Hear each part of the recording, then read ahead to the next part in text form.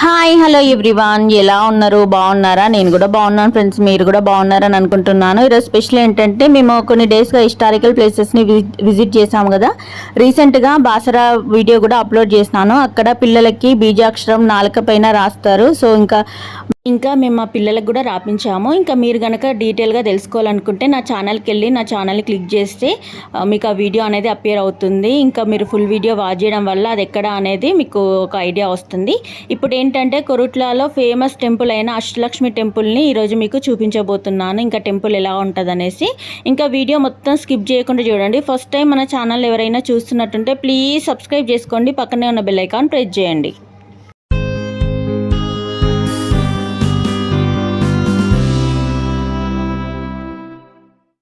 Okay friends, మన వీడియోలోకి వెళ్ళిపోదాం. ఇప్పుడైతే మేము కరీంనగర్ నుండి కొరుట్ల అయితే బయలుదేరుతున్నాము. ఇంకా జగిత్యాల తర్వాత వస్తుంది కొరుట్ల. ఇప్పుడు ఎక్కడికి బయలుదేరుతున్నామంటే కొరుట్లలో అష్టలక్ష్మి టెంపుల్ చాలా ఫేమస్ అంటారు. అంటే 8 అమ్మవార్లు ఒకే చోట ఉండి వెలిసిన ఈ టెంపుల్ పేరు అష్టలక్ష్మి టెంపుల్. సో ఇప్పుడు మనం ఇది ఎలా ఉంటుంది అనేసి ఇంకా నేను మీకు చూపిస్తాను. ఇంకా